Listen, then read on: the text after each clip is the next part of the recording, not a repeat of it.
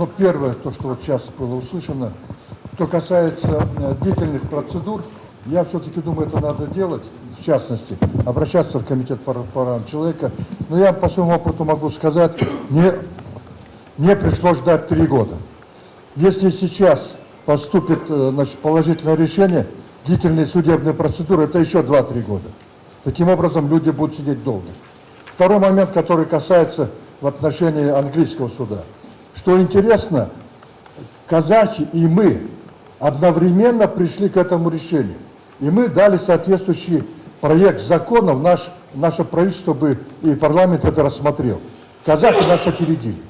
Вот так получилось, что, когда я был депутатом, молодые ребята это предложение принесли, мы это обработали и дали.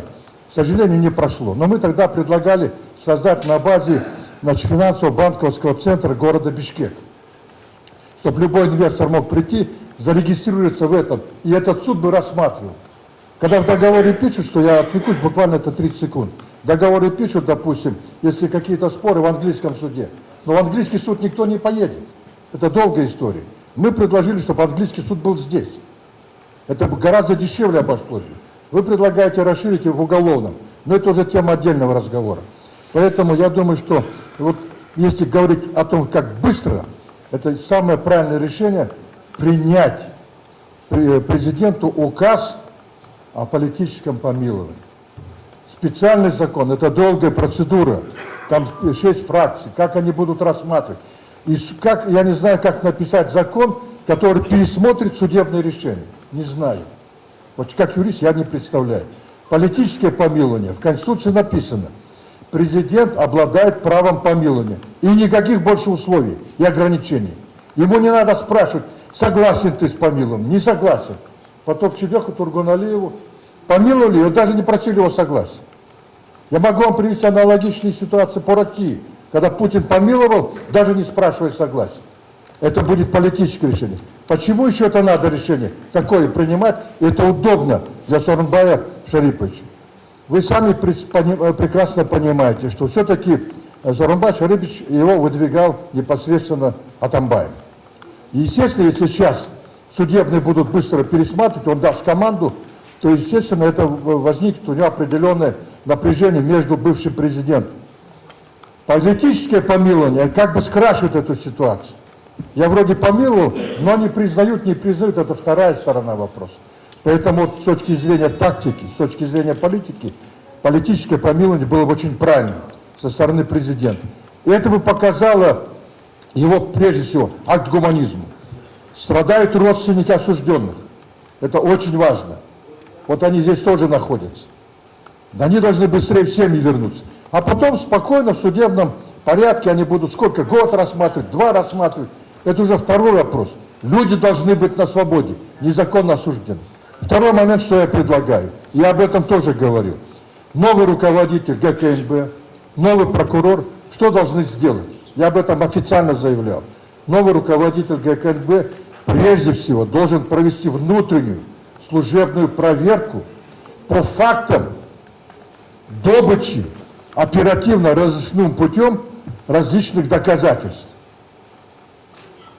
Каким образом вот эти вот записи появились? Я, например, считаю, что это была фальсификация. Я на это на 100% уверен. Если бы мне поручили, я бы нашел в течение дней 15, я бы все это выявил. Откровенно вам говорю. Потому что видно было невооруженным глазом, когда вы все видели, и даже я удивился, некоторые гражданские сразу определили, где были склейки. Даже специалистам не надо было быть, что это чистая фальсификация, постановка.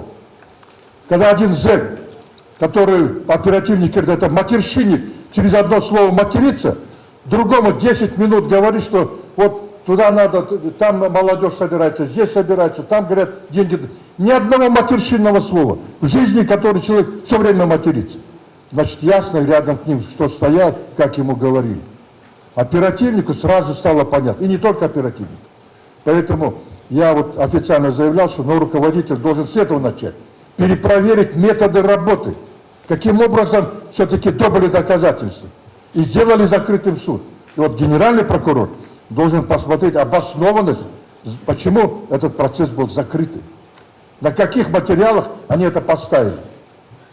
Да, значит, свидетель может быть защищен, он может быть не обнародован, но надо посмотреть, что это за агент, которого нашли, внедрили, который дал такие показания. Какая у него была заинтересованность? Вот здесь я считаю, что новое руководство должно было с этого начать. С внутреннего очищения. Об этом прокурор заявил. Мы начнем внутреннее очищение. Но я пока этого не вижу. И это внутреннее очищение должно было с этого начинаться. По конкретным делам. А не просто «давайте не будем больше воровать». Это общие слова. А каждый факт перепроверить, как ты добывал доказательства. И сразу тогда станет все на свои места. Поэтому я считаю, что было бы правильным, если бы мы сейчас начали обращаться, чтобы все-таки президент издал указ о помиловании. Это было бы очень правильно.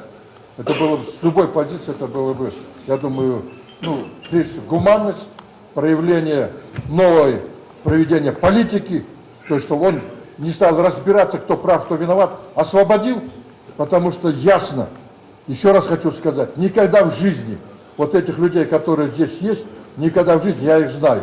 Я могу не соглашаться с их мнением в профессиональном отношении, да, я, может быть, где-то кого-то критиковал, но с точки зрения политического подхода, да, если мы говорим, эти люди никогда, я знаю, никогда не пошли бы на свержение власти.